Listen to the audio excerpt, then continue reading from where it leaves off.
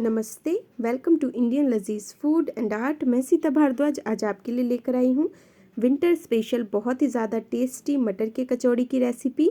ठंड का मौसम है, मटर बहुत ही आसानी से मिल जाता है, तो आज हम बिल्कुल फ्रेश मटर से गर्मा गर्म खस्ता मटर की कचौड़ी बनाएंगे। इसे बनाना बहुत ही ज़्यादा आसान है और ठंड के मौसम में गर्मा गर्म कचौड़ी मिल जाए तो खाने का मज़ा ही दुगना हो जाएगा। तो चलिए मटर की कचौड़ी बनाना स्टार्ट करते हैं। मैंने 500 ग्राम मटर लिया था जिसका मैंने छिलका हटा लिया है और ये मटर के दाने बचे हैं तो इसे मैंने वॉश कर लिया है। इसे हम बॉईल करके नहीं बनाएंगे, बहुत ही आसान तरीके से बनाएंगे। तो मैं अब एक ग्राइंडिंग जार लूँगी जिसके अंदर मैं ये मटर डाल दूँगी। बहुत ही आसान है मटर की कचौड़ी बनाना और खाने में ये बहुत ही ज़्यादा टेस्टी लगता है। विंटर स्पेशल रेसिपी है तो इसे बनाना तो बनता ही है। अब मैं एक टुकड़ा अदरक का डाल दूंगी और 4 हरी मिर्च डाल दूंगी। मिर्च आप अपने टेस्ट के अकॉर्डिंग कम ज़्यादा कर सकते हैं। 5 से 6 कली लहसुन की डाल दूंगी। अब मैं इसे दरदरा सा पीस लूँगी, बिल्कुल बारीक पेस्ट नहीं बनाना होता। अगर आप इसे दरदरा रखेंगे तो मटर की कचौड़ी बहुत ही अच्छी बनेगी। तो मैंने इसी तरह से इसे दरदरा पीस लिया है। तो चलिए अब मसालेदार मटर को बनाते हैं। तो चलिए मटर का मसाला बनाना स्टार्ट करते हैं। मैंने कढ़ाई के अंदर 1 सर्विंग स्पून ऑयल डाला है। जब ऑयल अच्छी तरह से गर्म हो जाए फिर मैं इसके अंदर 1 छोटी चम्मच हींग डाल दूंगी। हींग से बहुत ही अच्छा टेस्ट आता है कचौड़ी में। फिर मैं इसके अंदर 1 चम्मच साबुत धनिया जिसे मैंने क्रश करके डाला है और 1 चम्मच जीरा डाल दूंगी। इसे हमें भूनना है। जब इसका कलर आप देखेंगे थोड़ी देर में चेंज हो जाएगा, लाइट ब्राउन कलर का हो जाएगा। फिर मैं इसके अंदर 2 प्याज डाल दूंगी। ये बारीक कटी हुई 2 प्याज है, मैंने इसके अंदर डाली है और फिर इसे डालने के बाद इसे हमें भूनना है। प्याज की क्वांटिटी आप अपने अकॉर्डिंग कम ज़्यादा कर सकते हैं। प्याज को फिर हमें सॉफ्ट होने तक भूनना है, ज़्यादा नहीं ब्राउन करना प्याज को। फिर मैं इसके अंदर 2 चम्मच बेसन डाल दूंगी और बेसन को 2 मिनट तक भूनना है ताकि बेसन का जो फ्लेवर है वो अच्छा आए। अगर बेसन कच्चा रहेगा तो इसका फ्लेवर कचौड़ी के अंदर अच्छा नहीं आएगा।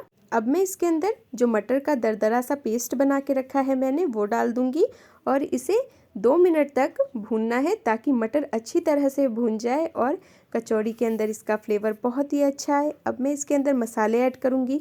तो 1/4 चम्मच मैंने हल्दी पाउडर डाला है, आधा चम्मच लाल मिर्च पाउडर डाला है, नमक आप अपने टेस्ट के अकॉर्डिंग डालें, आधा चम्मच गरम मसाला पाउडर और 1 चम्मच मैंने आमचूर पाउडर डाला है। 1 आलू को मैंने इस तरह से बॉईल करके मैश करके डाला है। ये सारी चीज़ें डालने के बाद इसे अच्छी तरह से मिक्स करना है और इसे भूनना है। आप देखेंगे बहुत ही मसालेदार मटर बनकर तैयार हुआ है। इसी तरह से ये मसालेदार मटर बनाना है और अच्छा फ्लेवर देने के लिए इसके अंदर मैं 1 चम्मच कसूरी मेथी को इस तरह से क्रश करके डाल दूंगी और बारीक कटा हुआ धनिया डाल दूंगी।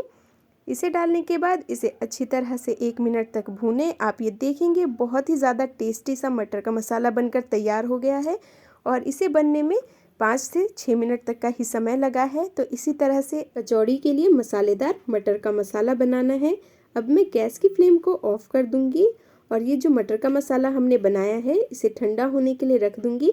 जब तक मसाला ये ठंडा हो रहा है कचौड़ी बनाने के लिए एक डो तैयार करते हैं। मैंने यहाँ पर एक बाउल लिया है, इसके अंदर मैं 2 कटोरी मैदा डाल दूंगी। आप कोई भी कटोरी या कप उससे नाप सकते हैं। फिर मैं इसके अंदर 1 चम्मच अजवाइन डालूंगी। अजवाइन को इस तरह से हाथों से क्रश करके डालें, इससे बहुत ही अच्छा फ्लेवर आता है। अजवाइन डालने के बाद इसके अंदर मैं आधा चम्मच नमक डाल दूंगी और फिर मैं इसके अंदर मोइन डालूंगी।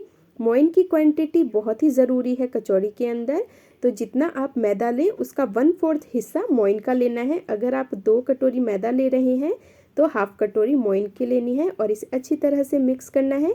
और इस तरह से आप मुट्ठी बांध के देखेंगे तो मैदा अच्छी तरह से बंधेगा, तो इसका मतलब जो मैदे के अंदर तेल की क्वांटिटी है बिल्कुल परफेक्ट है कचौड़ी बनाने के लिए। अब थोड़ा थोड़ा सा पानी डाल के इसका मैं एक सॉफ्ट सा आटा गूंद लूँगी। कचौड़ी बनाने के लिए ज़्यादा टाइट आटा गूंदने की ज़रूरत नहीं होती, आप इसका आटा सॉफ्ट गूंद सकते हैं, इससे बहुत ही अच्छी कचौड़ी बनती है। जैसा आप रोटी के लिए आटा गूंदते हैं वैसा ही आटा आपको गूंदना है और इसे आप 10 मिनट के लिए सेट होने के लिए रख दें। 10 मिनट के बाद आप इसे अच्छी तरह से मस लें और फिर मैं इसकी छोटी छोटी सी इस तरह से लोई बना लूँगी। लोई आप अपने अकॉर्डिंग बना सकते हैं, जितनी बड़ी आप कचौड़ी बना रहे हैं उसके अकॉर्डिंग लोई बना सकते हैं। तो मैंने यहाँ पर ये सारी लोई बनाकर तैयार कर ली है। अब मैं मटर का मसाला लूँगी जिसे मैंने ठंडा होने के लिए रखा है। ये अच्छी तरह से ठंडा हो गया है तो मैं इसकी भी लोई बना लूँगी, यानी इसके छोटे छोटे से बॉल्स बना लेने हैं। जितनी आप लोई लेंगे उससे थोड़ी सी छोटी इसकी बॉल बनानी है और इसी तरह से मैंने सारी बॉल बनाकर तैयार कर ली है। बहुत ही आसान है, अगर आप इसी तरह से बॉल बना के स्टफिंग करेंगे तो बहुत ही जल्दी स्टफिंग हो जाएगी और कचौड़ी बनने में टाइम भी नहीं लगेगा। तो अब मैं इसे छोटा सा बेल लूँगी, बिल्कुल छोटी सी रोटी बेलनी है हमें। आप इसे हाथों से भी बना सकते हैं कटोरी की शेप का और फिर इसके अंदर स्टफिंग कर सकते हैं, पर बेस्ट और आसान तरीका है आप इसकी छोटी सी रोटी बनाएं और उसके अंदर मटर की स्टफिंग डालें और चारों कोनों से जोड़ लें। इसी तरह से सारे कोनों को आपस में मिला लें, या फिर आप इसकी एक पोटली बनाकर उसे आपस में इस तरह से जोड़ के भी बना सकते हैं। और फिर जो ऊपर एक्स्ट्रा आटा बच जाता है या तो आप उसे हटा दें या फिर इसी के अंदर उसे मिला लें और इसे हमें अंगूठे से बीच में प्रेस करते हुए थोड़ा सा दबाना है और फिर बाद में उंगलियों से इस तरह से बीच में प्रेस करना है। इस तरह से हमें साइड में ज़्यादा प्रेस नहीं करना, बीच में ही प्रेस करते हुए इसे हमें बनाना है, तभी बिल्कुल परफेक्ट फूली फूली सी खस्ता कचौड़ी बनेगी। इसी तरह से मैं दूसरी रोटी को भी छोटा सा बेल लेती हूँ।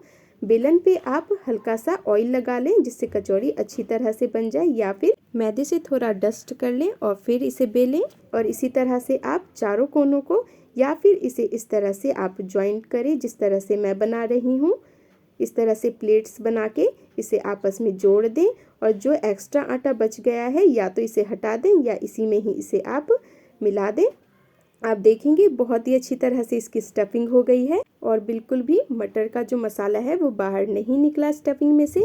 आप इसे एक और तरीके से बना सकते हैं, आप इसके ऊपर हल्का सा बेलन से इस तरह से बेलें, ज़्यादा नहीं बेलना, अगर आप ज़्यादा बेलेंगे तो कचौड़ी अच्छी नहीं बनेगी। हल्का सा बेलना है और बीच में इस तरह से फिर उंगलियों से प्रेस करना है ताकि कचौड़ी बिल्कुल फूली फूली सी बने।